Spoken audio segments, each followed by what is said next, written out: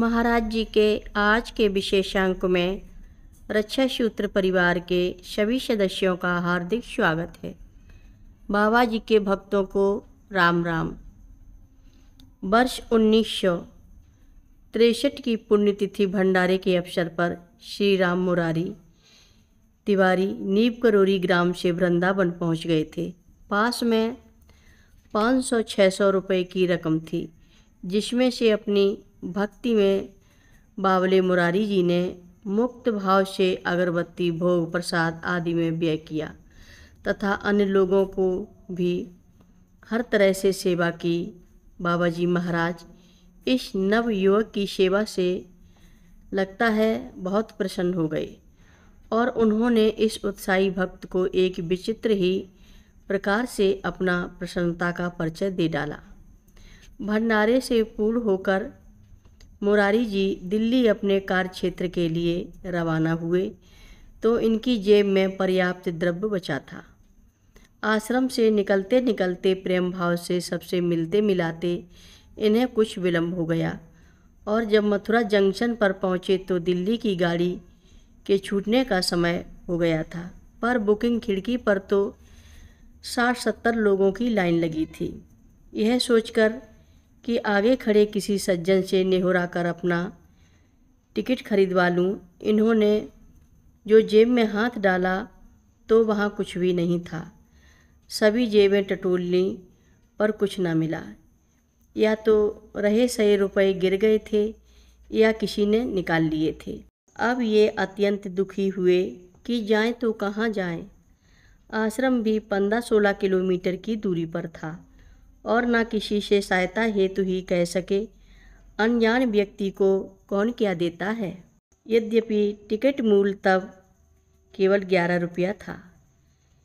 ये बहुत दुखी हुए खड़े थे कि इतने में एक 20 वर्ष का युवक इनके पास आया और पूछता, भाई साहब आप कहाँ जाएंगे।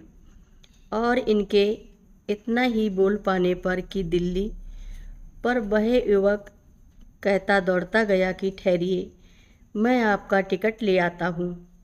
और कुछ ही क्षणों में ना मालूम उस भीड़ में से कैसे इनके लिए दिल्ली का टिकट ले आया और इन दोनों ने दौड़ते पटरियाँ फांदते हुए पटरी पार के प्लेटफॉर्म पर रेंगती गाड़ी को पकड़ लिया।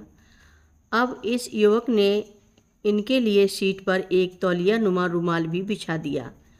मुरारी जी सफ़ेद पैंट पहने हुए थे और उन्हें उस पर जबरन बैठा दिया।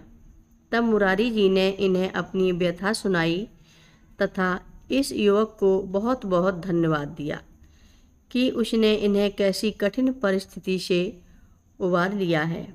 साथ में मुरारी जी ने इन्हें आश्वस्त कर दिया कि दिल्ली पहुंचकर इस युवक को वे स्वयं आकर या मनी ऑर्डर से पैसा भेज देंगे।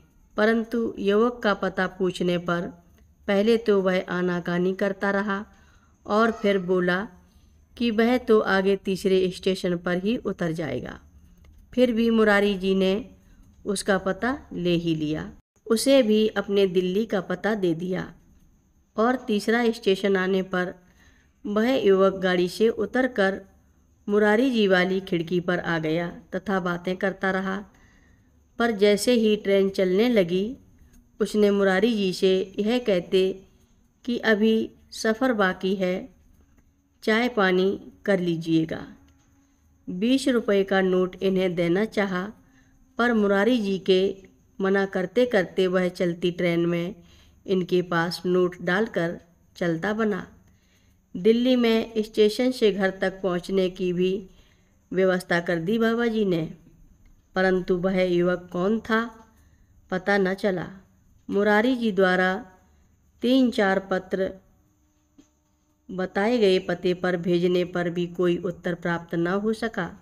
अंत गोत्वा बाबा जी ने मुरारी जी को वीरभद्र आश्रम में अपनी सेवा में फिलहाल रख लिया है।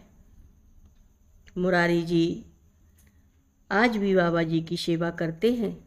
हर रोज़ महाराज जी की कथाएं सुनने के लिए सभी भक्तों का धन्यवाद। सभी भक्त रक्षा सूत्र चैनल को सब्सक्राइब करें, शेयर करें, लाइक करें, घंटी बजाना ना भूलें।